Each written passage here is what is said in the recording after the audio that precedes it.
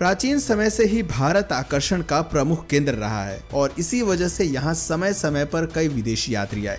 हालांकि सबकी अपनी अलग अलग रुचि थी। जैसे किसी को यहाँ पर व्यापार में रुचि थी तो किसी को भारत के धर्म दर्शन में।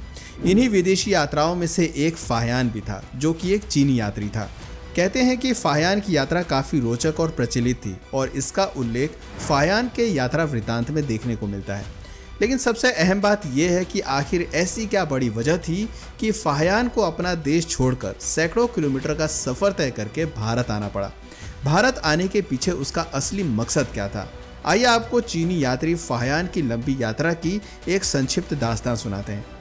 दोस्तों, आज के समय में आपने अपने आसपास बहुत से ऐसे लोगों को देखा होगा जो अपने आप को ट्रैवलर बताते हैं। लेकिन क्या आपको पता है, प्राचीन समय में भी लोग यात्री यानी कि ट्रैवलर्स हुआ करते थे, पर उनकी यात्रा बेहद मुश्किलों से भरी होती थी।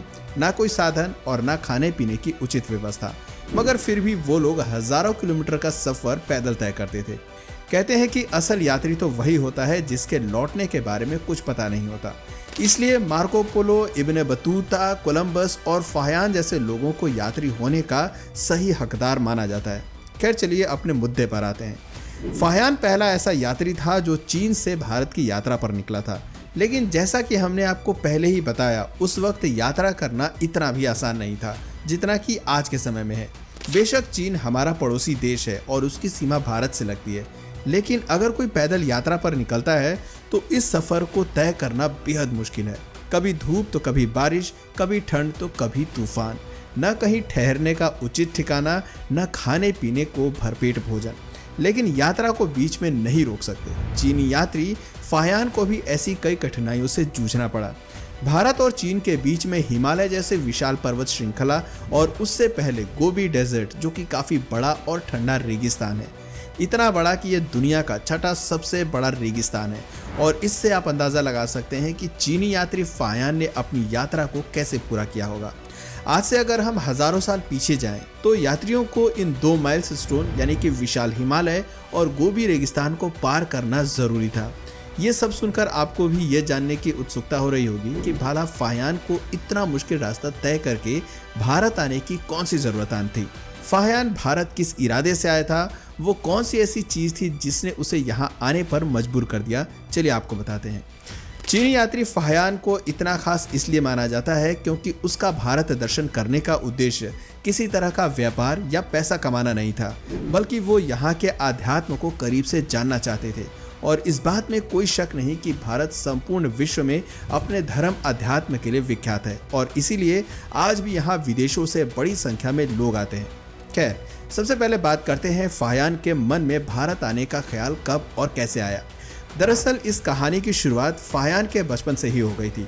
फाहियान का जन्म 337 ईस्वी में चीन के जिन साम्राज्य के गोंग परिवार में हुआ था। एक बार की बात है, जब फाहियान छोटे थे तो उनकी अचानक तबीयत काफ़ी बिगड़ गई। तमाम इलाज करने के बाद जब फाहियान की स्थिति में कोई सुधार नहीं आया, तब उनके माता पिता फाहियान को एक बौद्ध मठ ले गए।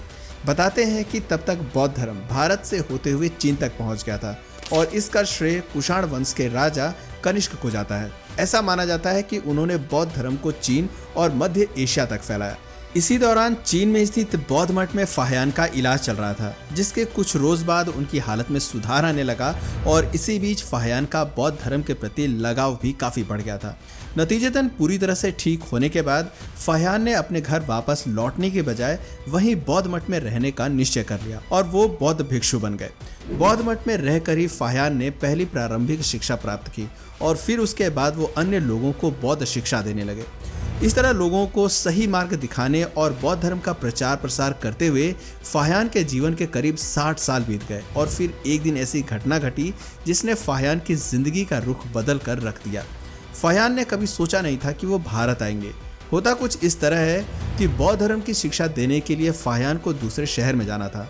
अपना कार्य पूरा करने के बाद फाहियान यहाँ मौजूद पुस्तकालय में गए, जहाँ बौद्ध धर्म से जुड़ी कई पुस्तकें और ग्रंथ रखे हुए थे और इन्हीं में से एक था विनय पिटक, जिसे अनुशासन की टोकरी भी कहते हैं। दरअसल ये बौद्ध धर्म का एक ऐसा ग्रंथ है जिसमें बौद्ध भिक्षुओं के लिए जरूरी अनुशासन और नियम वर्णित हैं। मगर जब फाहियान ने विनय पिटक को जर्जर अवस्था में देखा तो उन्हें बहुत दुख पहुंचा। फाहियान इस पुस्तक को पढ़ना चाहते थे, मगर वो पुस्तक इतनी खराब हो चुकी थी कि उसे पढ़ना मुश्किल था और तो और पूरे चीन में इस पुस्तक की दूसरी प्रति भी मौजूद नहीं थी। ऐसे में अब क्या किया जाए, फाहियान को कुछ समझ नहीं आ रहा था।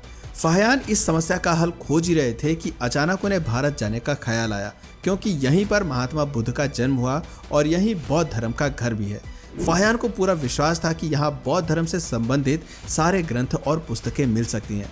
बस फिर क्या था, करीब 62 साल की उम्र में फाहियान पैदल ही भारत की यात्रा के लिए निकल पड़े। इस यात्रा के दौरान उनके साथ 4 और भी लोग थे जो कि बौद्ध भिक्षु थे। फाहियान ने अपनी यात्रा का शुभारंभ चांग आन से किया, जो उस समय चीन के किन वंश का हिस्सा था। किन सम्राट के बारे में बताते हैं कि वो पहले ऐसे चीनी राजा थे जिन्होंने बौद्ध धर्म को बढ़ावा दिया था। यहाँ से यात्रा शुरू करते हुए फाहियान खोतान पहुंचे। खोतान पहुंचने पर फाहियान एक बौद्ध मठ में ठहरे, जहाँ उन्होंने 3 महीने बिताए। रेशम मार्ग यानी कि सिल्क रोड पार करके फाहियान पामीर होते हुए आज के कश्मीर, नेपाल, अफगानिस्तान, इंडोनेशिया, पाकिस्तान, श्रीलंका और भारत की तरफ आ रहे थे। इस पैदल यात्रा के दौरान उन्हें काफी कठिनाइयों का सामना करना पड़ा। रेशम मार्ग पार करने के बाद फाहियान और उनके साथी एक रेतीले रेगिस्तान तक पहुंचे। फाहियान अपने यात्रा वृतांत में लिखते हैं कि इस रेगिस्तान में कई दुष्ट आत्माएं रहती हैं। ऐसी लू चलती है जो किसी की भी जान ले सकती है। यहाँ आसमान में पक्षी नहीं उड़ते, न जमीन पर जानवर घूमते हैं। जहाँ तक नजर जाए सिर्फ बंजर जमीन है। कोई रास्ता नजर नहीं आता, रास्ता बताने वाला भी कोई नहीं है। चारों तरफ इंसानी हड्डियां फैली हुई हैं। इतने कठिन सफर को देखते हुए फाहियान के साथ चल रहे अन्य भिक्षुओं ने उन्हें वापस लौटने के लिए कहा, लेकिन फाहियान नहीं माने और उन्होंने आगे बढ़ना जारी रखा। आगे की यात्रा में फाहियान ने सिंधु नदी को पार किया। यात्रा इतनी कठिन थी कि बीच रास्ते में ही थकान के कारण एक बौद्ध भिक्षु की मृत्यु हो गई। फाहियान बताते हैं कि यहाँ ऐसे जहरीले ड्रैगन रहते हैं जिनके मुंह से तूफानी और बर्फीली हवाएं निकलती हैं। खैर, सिंधु पार करने के बाद फाहियान आखिरकार भारत पहुंच जाते हैं, मगर अभी भी उनका मकसद पूरा नहीं हुआ था। भारत आने के कई वर्षों बाद भी फाहियान बहुत परेशान थे, क्योंकि उनकी विनय पिटक की खोज अभी अधूरी थी। वे उत्तर भारत के लगभग सभी मठों में विनय पिटक को खोज कर चुके थे, मगर उन्हें वो नहीं मिला। पर फाहियान ने उम्मीद नहीं छोड़ी। फाहियान को पूरा विश्वास था कि श्रावस्ती में वो पुस्तक मिल जाएगी, पर यहाँ भी उन्हें कुछ हाथ नहीं लगा। इस तरह फाहियान ने उस पुस्तक की खोज में श्रावस्ती, बोधगया, वैशाली, राजगीर, सारनाथ, यहाँ तक कि बुद्ध की जन्मभूमि कपिल वस्तु तक की यात्रा की। लेकिन आखिरकार उनकी उम्मीद रंग लाई और पाटलिपुत्र में जाकर उनकी खोज पूरी हुई। फाहियान को यहाँ विनय पिटक मिल गई, मगर पुस्तक मिलते ही एक दूसरी समस्या पैदा हो गई कि वो पाली भाषा में थी और फाहियान पाली भाषा नहीं जानते थे। तब फाहियान ने पाली भाषा सीखने का फैसला किया। बताते हैं कि उस वक्त उनकी उम्र लगभग 70 वर्ष की हो चुकी थी। 3 वर्ष तक यहीं बौद्ध विहार में रहकर फाहियान ने पाली और संस्कृत भाषा का अध्ययन किया। इसके बाद फाहियान ने बौद्ध अभिलेखों सहित श्रीलंका की ओर प्रस्थान किया। श्रीलंका में फाहियान ने 2 साल बिताए और फिर अंत में एक नाव में बैठकर समुद्री मार्ग से वापस अपने देश चीन लौट गए।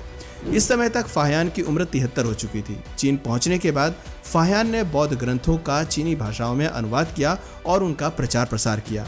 उन्होंने 399 से 412 ईस्वी तक का समय भारत की यात्रा में बिताया।